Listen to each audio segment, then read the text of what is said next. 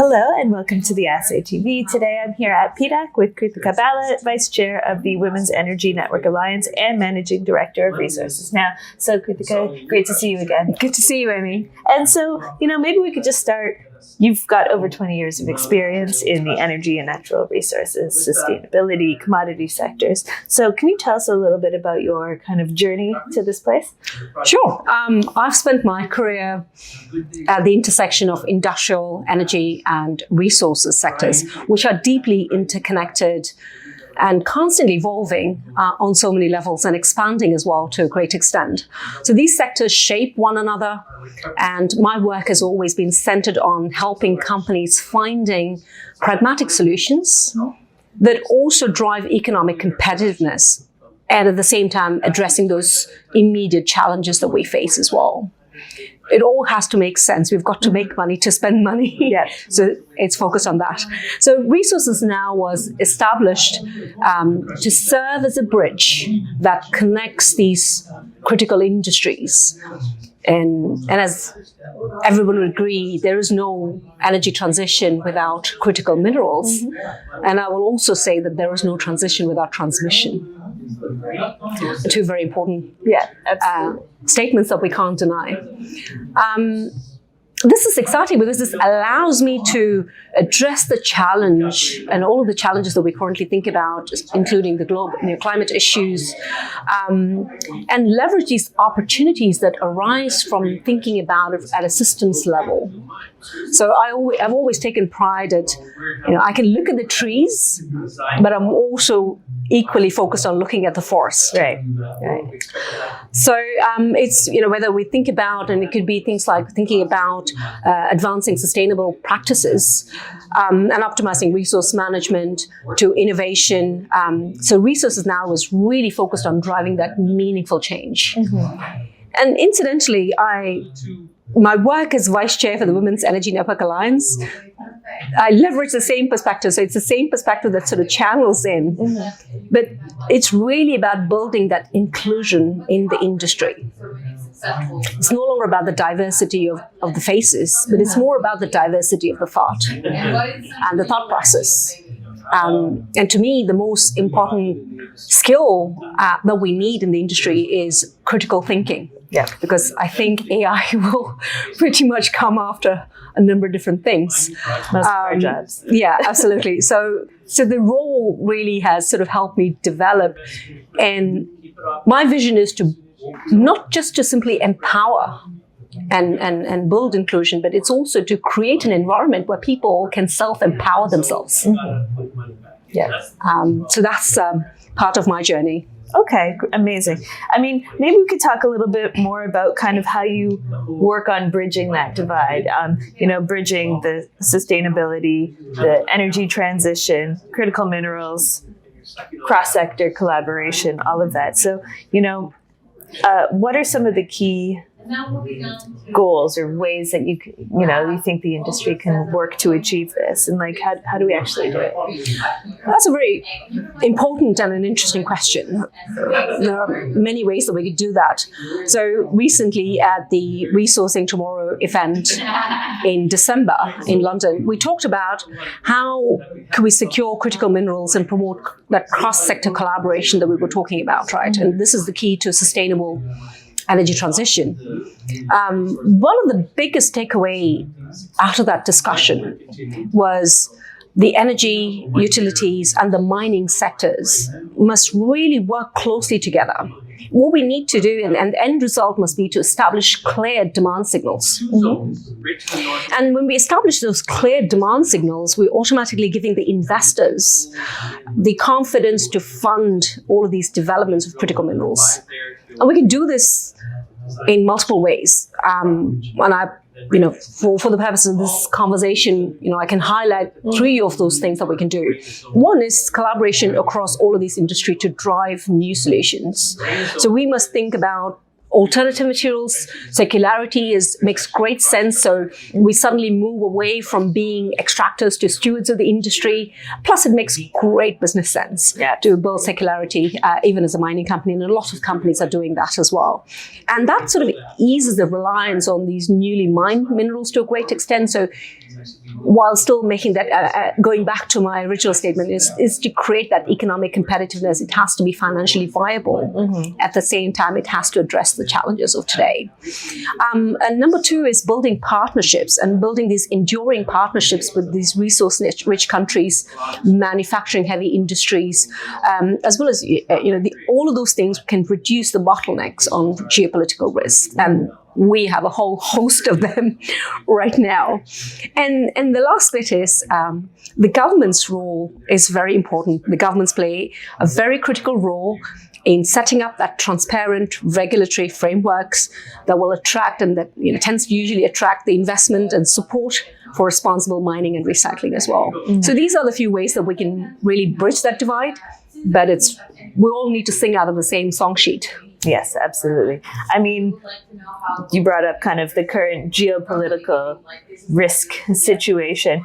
Do you think kind of there's ways to help mitigate that within the industry, or kind of work together with governments to kind of smooth things over and, make sure that we're getting the critical minerals that we need, and that, there's not kind of a lack of sharing, or it's a tough question. How do we work together? I mean, the good news is, yes, we can work together if we focus on our shared challenges and shared goals, mm-hmm. and shared interests, for example. So we need to identify the intersection of where our mutual interests are, mm-hmm. and then focus on those. And this is an environment where we have to pick our battles. We can't win all, mm-hmm. but it's really important for anyone that thinks about geopolitical risk is to understand the nuances around it as well. While I'm not prepared to answer questions directly on the geopolitical situation at the moment, we will. I'm sure I join you and many of us in watching as things unfold right now. Yes, absolutely. And it's important to, I think, for companies, the important bit here is to respond and not to react, and understand, what is news, what's noise. Where should we take action? Mm-hmm. The old saying of errors of omission and commission, right? Where do we commit to? Where do we omit? So those things are usually helpful. Yeah, absolutely.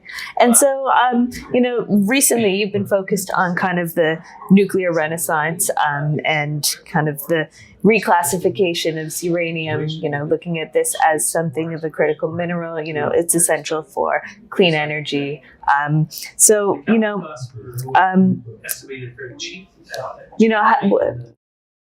How do you think that this kind of reclassification for uranium could impact the industry? Is it bringing focus?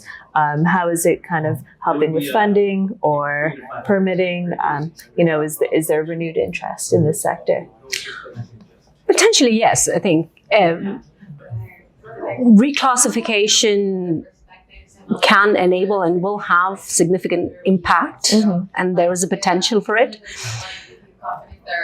But the impact is not as straightforward as it might seem, because when we think about having a critical mineral status provides a certain benefit.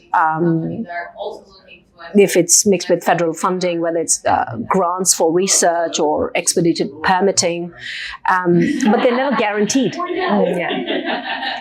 And the other bit is the uranium market in particular is driven by long-term contracts, mm-hmm. and the existing production structures. So simply changing a classification won't instantly alter these dynamics, is my view. But in January, we saw President Trump directed his U.S. Secretary of Interior to ask the USGS, which is the U.S. Geological Survey, to reconsider uranium as a critical mineral back in 2023 due to a definition difference, it was excluded because uranium is classified as a mineral fuel. And didn't make that list quite. But when you look at it globally, the approach is quite mixed and varied. Yeah. So, for example, Japan, who are reliant on nuclear energy, but don't have any domestic production, have classified this as critical mineral. And if you look at uranium-rich countries like Australia, they don't use much of it domestically, but they export, so it's not on their list. So every country's decision to include or classify or not classify this as a critical mineral is mainly down to these factors like energy security or domestic production, as well as geopolitical risks. When you think about the global uranium supply, it's concentrated in Kazakhstan, in Canada, in Namibia, in Niger. We've seen what's happened in Niger. Now the French company Orano is now looking at Mongolia as an alternative supply. So geopolitical instability in these regions can disrupt the supply, and those affect prices, and that prompts every nation to look inwardly and think about how do we diversify these sources, how do we secure long-term access to uranium. So the bottom line is, while classifying or reclassifying uranium as a critical mineral can potentially attract investment, but it's not going to solve the issues like the permitting process or permitting delays or environmental concerns and market volatility. So if uranium is to play a larger role, then we really need a coordinated approach. So in addition to classifying or reclassifying uranium as a critical mineral, we need to focus on regulatory changes. We need to think about supply chain security as well as long-term policy planning. Yeah, interesting. I mean, and then looking at defense applications, so back in 2024, in December, NATO published a list of 12 critical defense-focused critical raw materials that are essential to the Allied defense industry. So, how do you foresee this demand for critical minerals evolving in this sector over the next decade? Do you want to talk about specific commodities and how this will develop? Sure.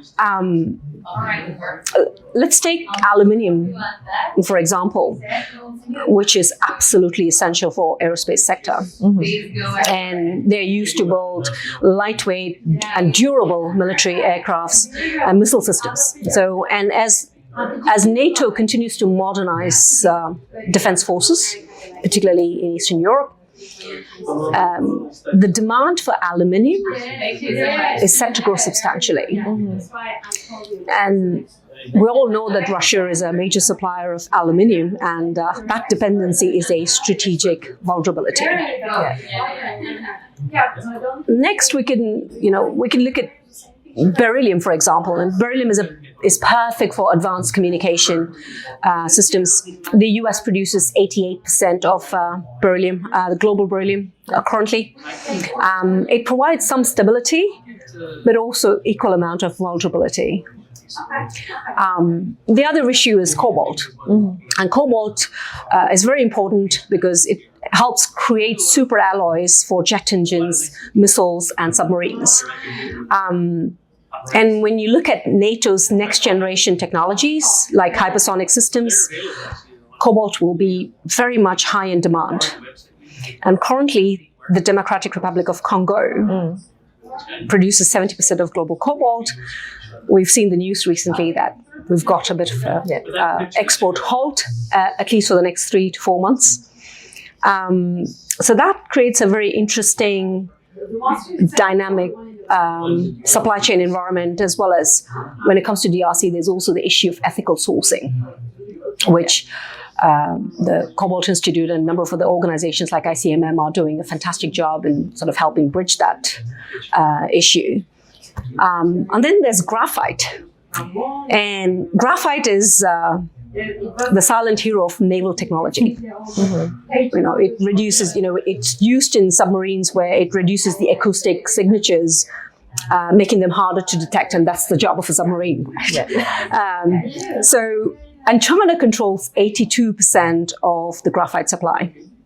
And when you think about it's rightly made the NATO critical minerals list because with that reliance on a single source of supply, which is concerning given the geopolitical tensions around the globe, not just particularly in relation to China, so to speak, in this moment.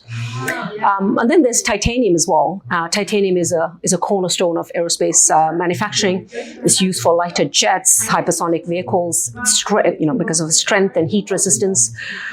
Nearly half of the world's titanium comes from Russia and China, which again makes sense to have that, because it creates that supply chain vulnerability and disruptions due to geopolitical tensions. And I think, and the last bit is on rare earth, and everybody's thinking about or talking about rare earth because it's in the main news cycle. Yeah. And especially things like neodymium and praseodymium. They are used they're very, very important for missile guidance and radar systems. China dominates the processing of these materials, so they control about 85% of the market. And as we think about the future of defense and defense technology, the dependence on China creates a significant vulnerability for NATO. So the geopolitical landscape really presents a very interesting picture on some of these major challenges there. China and Russia have the upper hand in terms of controlling these minerals, and we've already seen how they can leverage the mineral dominance for political gain. We've seen China's export bans on gallium and germanium. So we know what these players are likely to do.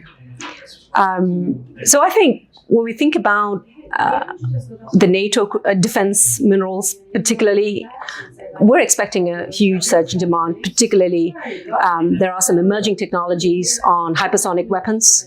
We're talking directed energy weapons. There's advanced stealth technologies as well. They will all require specialized materials and minerals. And as the defense industry moves towards a more advanced system, we have no choice. We have to think about it. So the demand for materials, especially nickel-based superalloys and rare earths, will increase significantly. So I see great potential for these markets, and there's a lot of attention currently being given to this list of 12. And really, just to close things off, we're here at PDAC in Toronto. Do you want to talk about maybe some of the key discussions that you've heard, or what's a general theme that you've kind of taken away from the event this year? Well, it's only day 2. I'm running PDAC like a sprint at marathon speeds. And so I had the opportunity to listen to some of the technical programming sessions. It was a very interesting session. Former Anglo CEO Mark Cutifani talked about leadership in these current times, which is such an apt discussion to have. And he brought in some, and he's a man of great detail, and such a legend.